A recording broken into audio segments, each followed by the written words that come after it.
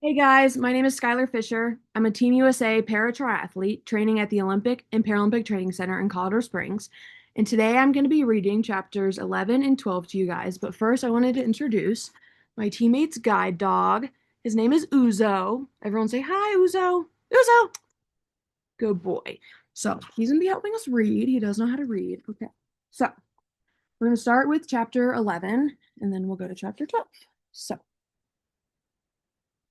the bright morning sun is shining through the window. I go to nuzzle Hattie, but she is not there. And worse, this is not even her bed. Where am I? A quick glance around confirms the shocking reality. I'm in an empty room, trapped by the gate. Suddenly, I remember a horrifying dream. Hattie bossing me in here last night, brandishing the gate. Wait a minute. Did that really happen? No, Hattie doesn't boss. Hattie doesn't brandish. The gate. I began tearing around the room. Pictures are flying into my head. Images too awful to be true. Could I have actually spent the whole dark night alone in this strange room? Was I really curled up on this hard wooden floor instead of in Hattie's comfortable bed that smells like mint and vanilla? With no Hattie brushing my fur and singing best buddies as I'm falling asleep, did I even sleep? I'm panting and shuddering. I can't stop racing in circles. It's worse than a nightmare. Finally, I get a hold of myself. There must be something I can do. I rush over to the gate. Hello, I bark. I'm in a boring place and I can't get out. I bark and bark, but nobody is coming. I pause and listen. Are those the sounds of my humans shuffling around downstairs? I must keep at it. I bark and bark some more. When I stop to listen again, my tail starts going nuts. Footsteps are coming up the stairs. I knew my plan would work. I leap up, trying to peer over the gate. Those footsteps are getting closer. And then Hattie appears. Hooray, hooray, I bark, offering my head for the rub. But where is it? I fall back down. Hattie has her arms folded, her face a terrible mixture of irritation and disappointment. Why is she glaring at me like that? She definitely could use her adorable dog's help to get rid of that frown. I jump and jump, trying desperately to lick her hand.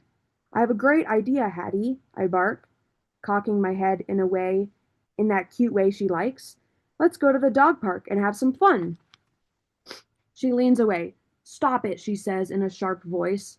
I collapse in a heap of frustration. What is happening to my Hattie? My heart's so heavy I might sink right through the floor. Hattie talks in a serious and scolding voice. She does not sound anything like my Hattie. She sounds a little bit like Food Lady does when I climb on the couch. Hattie speaks and speaks, using lots of human words I don't know. They are pelting at me like rocks. I can't even look at her. All I can do is cover my eyes and sulk. When Hattie leaves, alone for a long, long time. But then there's good news. Hattie is back. She removes the gate and scoops me up into her arms. Yippee, she's my Hattie again. I lick her chin and her neck and her ear, but my hopes quickly crash when we get outside. She sets me down and strides right over to that giant tree. She must be hibernating in the squirrel house because after I've sniffed every inch of the dog park and peed on every shrub, she's still up there. Eventually, there's nothing to do but sprawl out in the grass and listen to the fluty, chirpy birds and buzzing bees and wait for Hattie. It's the loneliest dog park ever.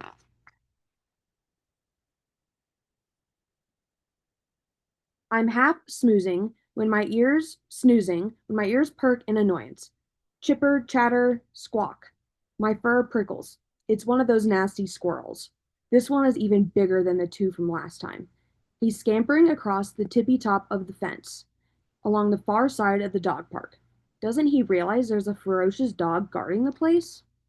Obviously, he's not very smart, because every time he reaches the end of the fence, he pivots and darts back the other way. But then again, whoever said squirrels were smart? As he scurries along, his hissing grates in my ears. His twitching is almost too revolting to watch. But I can't run away from my duty. I must defend my territory. I'm a professional. I spring up, and trot closer, but not too close. Get out of here, you disgusting rodent, I bark. A dog park is no place for squirrels. He is not acting the least bit intimidated. He stops mid scamper and bares his squirrelish fangs right at me. Chipper, chatter, squawk, he screeches. The sound is pure evil. I'm a few paces away, but still within striking distance. I said, "Go away," I bark, with more urgency this time. Chipper, chatter, squawk. He screeches again, as if he ever has a chance against me. Digging his vicious claws into the top of the fence, he thrust his hideous face in my direction. He's going to fling himself right at me. I back up a little, every hair on my neck trembling. "You're not welcome here, you cowardly beast," I bark. "Now beat it before I destroy you once and for all." But my serious threats do not drive him away. Next thing I know, that little monster flies off the fence, right into the dog park. As soon as his feet hit the grass, he scampers toward the giant tree. Ha! If that's how he wants to play, he picked the wrong opponent. "I've got you now, you nasty creature," I bark, taking off after him. His fat, fluffy tail swishes tauntingly as he runs. I can already taste that disgusting fur in my jaws. I'm about to snap when he flees up the trunk in an ominous racket of clickety-clackety clacks. Uh-oh, Hattie's up there. I paw the bark of the giant tree, snarling and growling ferociously. "Leave Hattie alone, you menace," I bark, "or you'll have to answer to me." Fortunately, the rustling and swaying branches tell me he has enough sense to avoid the squirrel house. I drop down in the shade and curl up for a well-deserved rest. Then my ears detect familiar sounds through the fence, the jingling of dogs. If only I could get excited. "Is that you, Fenway?" Patch's lovely voice calls. I slump a bit lower. "He looks like he lost his best bone," I hear Goldie mutter. "Poor guy," Patches says. It reminds me of the first time our sweet angel left the leashes on their hooks, forgetting all about them. "You parked yourself at the door and sulked and stewed and didn't move. Not even at supper time." "Me?" Goldie huffs. "I can't believe you were the one who whimpered and carried on like a puppy when she went out without us that day. She practically shut the door on your nose, like you weren't even there." Patches sniffs. "She ran out without giving us so much as a pat." "Well, a dog can't keep living in the past," Goldie says. "What's done is done." Patches sighs. "Still, I can't help but remember the good times." "What's the point?" Goldie says, then calls over to me. "Hey, Fenway, do yourself a favor and move on without that short human. You're only making yourself miserable." "Have a little sympathy," Patches says. "Can't you see the pain he's in?" "It's all too much to bear. Leave me alone," I cry. "See?" Patches says. "Hey, I'm only trying to help," Goldie says. "Is it my fault if the little guy won't listen to my advice?" "There's advice, and then there's wise advice," Patches says. "And I suppose yours is wise?" Goldie grumbles. "Fenway," Patches says kindly, "we know from experience how hard it is to move on. But believe me, life without your short human isn't as bad as you think." "That's your wise advice?" Goldie says. Patches ignores her.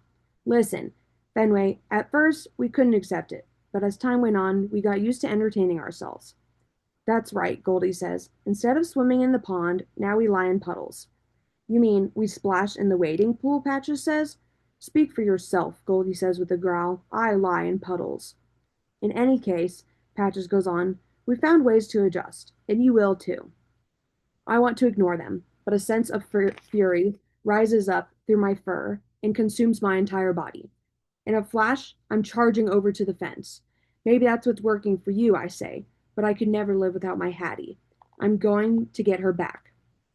"Now, Fenway, I know you're determined, but," Patches says, her eyes sad and twitching, "have you actually thought about what a orangutan task that would be?" "Hey, maybe he's some kind of super dog," Goldie says with a sneer. "I know you both think I can't do it," I say, "but I can. I will. Maybe I just need more time, or better ideas, or something. But I'll do it. Just you wait." "Would you listen to him?" Goldie murmurs. I jump up and scratch the fence. "And who knows," I say, feeling a surge of power. "When I get my Hattie back, maybe you'll get your angel back too." Patches gasps, but then her face falls. "If only we could have our precious angel back," she says sadly. "It's all I wish for." "Too bad it's impossible," Goldie says, then looks away, like she doesn't want to see her drooping ears. "I know I'll do it. I have to. All I need is a plan." Okay, now we're going to start chapter 12. Just then, the sliding door bangs, and I jump. Fetchman is on the porch, his fat, leathery glove on his hand and a familiar cap on his head. He tosses a white ball into the air and catches it. Okay, he's no Hattie, but playing ball with Fetchman is my second favorite thing to do. Excuse me, ladies, I have a game to play, I call over my shoulder, trotting to the porch. Go knock yourself out, Goldie says. Goldie, Patches scolds. Fetchman grabs another fat, leathery glove off of the porch. He bounds down the stairs, holding it out in the direction of the giant tree. Hattie, he calls excitedly. I'm leaping at his side for a better sniff and view. The glove on Fetchman's hand smells old and worn. It looks bigger than the other one, which is new and stiff. Fetchman beams proudly, like he's found a bone that was lost for a long, long time. Hattie, he calls again. Her face appears in the squirrel house window, but she does not look happy. Hattie grimaces and shakes her head. Fetchman reaches out the glove like he's not sure Hattie saw it in the first place. Come on, he begs. Hattie shakes her head more forcefully. Fetchman sighs loudly.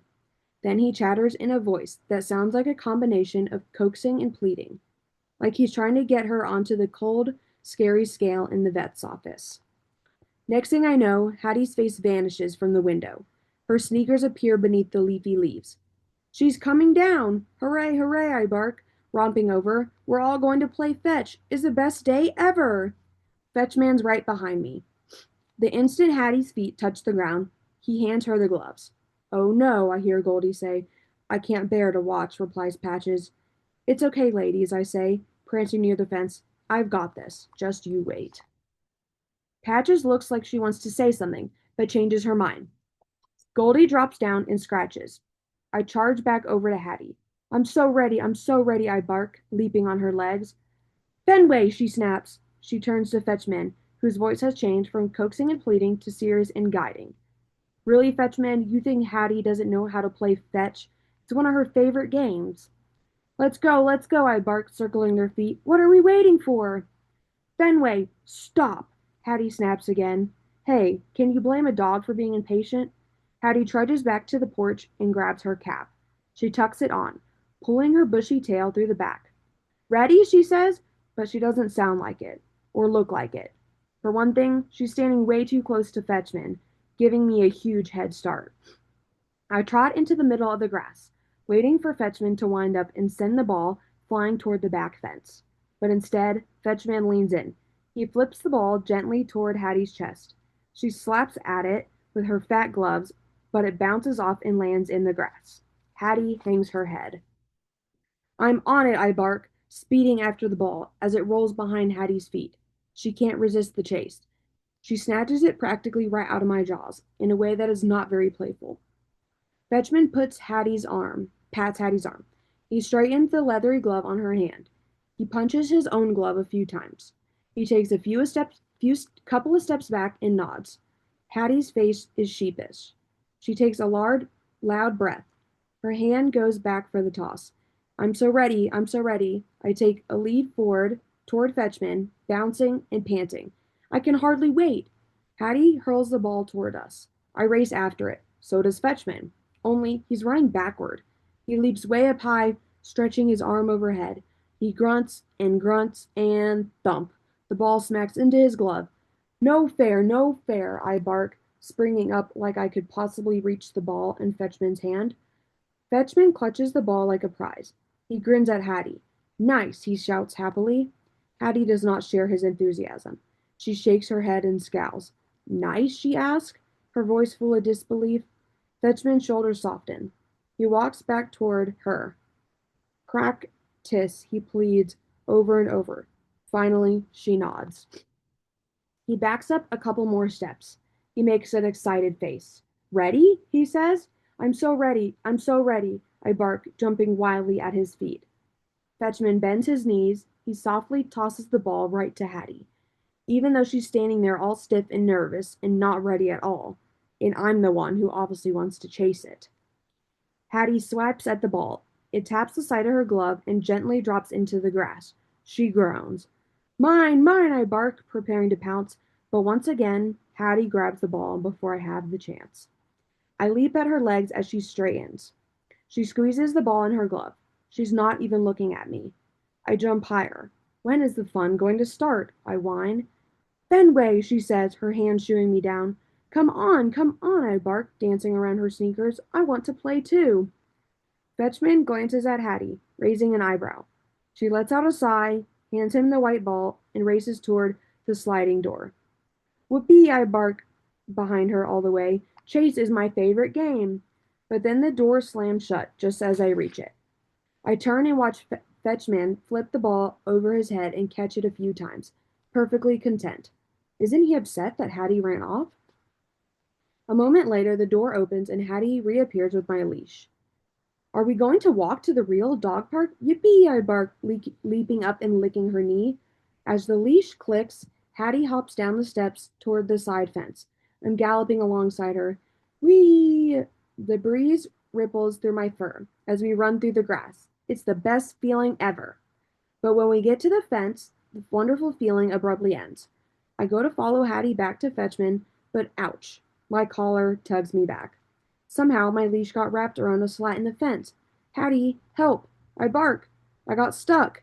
As if she can't even hear me, Hattie tosses the ball back and forth with Fetchman, gently and seriously, like it's not even a game or any fun. Hattie is working and struggling, not playing, and she looks so discouraged. If only I could get loose, I could show her how much more fun it is when the ball whizzes far over our heads, and we have to chase it after a long, long way. I crumple into a heap of helplessness and defeat. I hate to say I told him so, Goldie mutters. He has to learn for himself, Patches says. My ears perk up. What do I have to learn? Patches looks like she doesn't even know what to say, or maybe how to say it. Goldie nods toward Hattie. You can keep trying all you want, but she's not going to be the same short human you had before. She's changing. I want to tell them they're wrong, that I'm going to find a way to get her back. All I need is a good idea. Then I hear, woo, woo! I whip my neck around. Hattie is jumping around in a fit of celebration. Her fist is gripping the white ball, pumping the air like a sign of victory. Even from here, I smell a feeling I haven't smelled in a while. Confidence? Fetchman grins and claps his hands. Patches lets out a little whimper. It's so painful to watch. So very like our own sweet angel, with that same white ball, the same glove. Goldie shakes her head in disgust. That's how it went wrong. It all started with that ball and glove. Whoa, the ball and glove are the problem? I spring to my feet. I thrust my nose into a gap in the fence. I told you I'm going to get my Hattie back, I say to the ladies, and I know exactly how to do it. Okay, guys, that was chapter 11 and 12, and I really enjoyed reading with you guys today, and so did Uzo. Uzo, say bye.